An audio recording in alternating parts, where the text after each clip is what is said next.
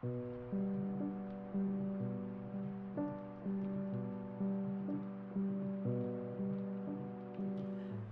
my name is Lauren Douglas, and I've lived in Irving my entire life. When I was put into foster care, I was 2 years old. I was taken away because there was sexual abuse in my family history and abuse. From the ages of being born until I was 2 years old, I was sexually abused. Even going into foster care as a child, I was also abused for wetting the bed. So those memories stuck with me throughout my childhood, even through my adulthood. And I was adopted out when I was 5 years old due to my biological mother having some addictions. So grew up going to Irving schools. So I started using drugs when I was 11 years old. And these were just, little party recreational drugs. My adopted mother found that out, and from there I was put into group homes. So I went from group home to group home from 11 until I was 16 years old. I was placed in multiple rehabs for teenagers, and when I became 16 years old, I got out of the group homes, and that's when really my addiction took off. I remember being a teenager, feeling unwanted by everyone, whether if it was my mom, my dad, like I had no family. I dropped out of school at 17, and from there on, shortly after, I had my first child. I seemed to maintain my addiction somewhat, but after having my child, I realized that I was not able to take care of her. So I placed her with my adopted mom. And from there on, I was heavy into my addiction, and that's when I became homeless. So probably about maybe 24, 25. I was just in my addiction and, went from the streets to possibly different friends' houses, just relying on an everyday life like that. When I first became homeless, I was here in Irving.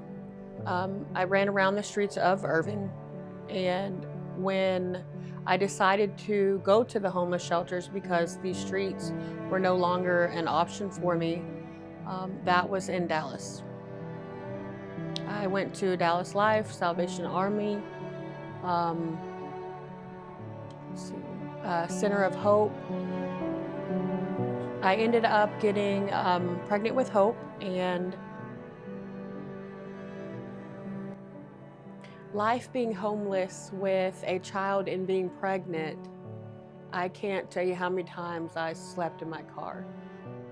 And even with a 1-year-old at that time being pregnant, us singing, little songs, Jesus loves all the little children of the world. So many times we counted the stars and her falling asleep, and she never knew we were homeless. Us going to different shelters to, even nowadays, when I pass a shelter, my daughter Hope will point and say, "We used to live there." And I always say, "Yes, we did, baby girl."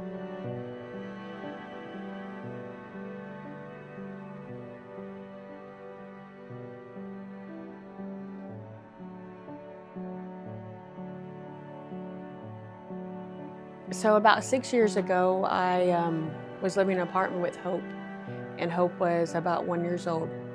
And I had gained life back. I had gained a job, an apartment, and one day I just gave up and I relapsed, lost the apartment, and that's when Hope and I decided to go to rehab and go through the shelters. And I knew this time would be different because I was sick and tired of my own crap. I was sick and tired of how I was living, and I knew that God had a different plan for me. He had a different plan for Hope and I. So once I got evicted, I packed up all of our belongings and we checked into rehab.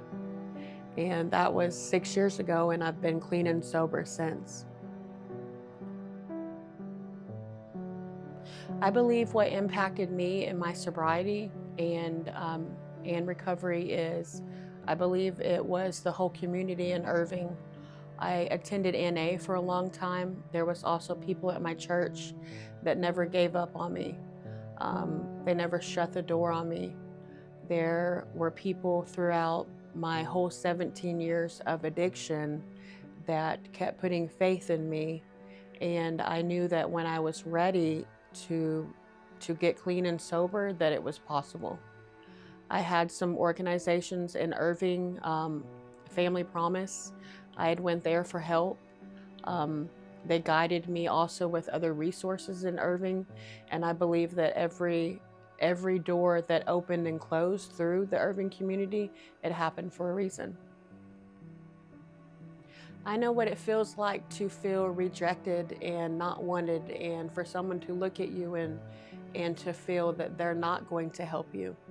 There were a couple places, ministries in Irving, that turned me down for whatever reasons. And yes, it did make me angry. I did feel like I was losing hope. But I knew that if I put one foot in front of the other and keep praying and surrender to God, that I would eventually come across, the right people, the right community, whatever help looked like for me. Christ Church impacted me in ways that other churches could not. I remember meeting a few people from Christ Church before I had even gotten to the church, and the overwhelming, them pouring, them loving, them caring about me, not judging, understanding, and just pouring out love. That is the kind of church and feeling, and that is God right there. I believe what drove me to be better is to be able to tell my story and help another person. I knew that through my journey, the first couple of years of my sobriety, that it wasn't my way, it was going to be God's way, and that I needed to surrender and be faithful to Him and just keep putting one foot in front of the other. Now being 6 years sober, I believe that the Lord is calling me to help other women, other single women, just women that have been through my experience. I believe that using my experience can help them along in their journey. I also am looking forward to my cleaning business, to being able to employ other women that are struggling and have lost belief in themselves. So typically, like when a friend reaches out to me, I just tell them, are you tired of your own crap? Are you ready to try something different? I believed in you. People believed in me when I didn't believe in myself. And if you're ready, then we can do this together.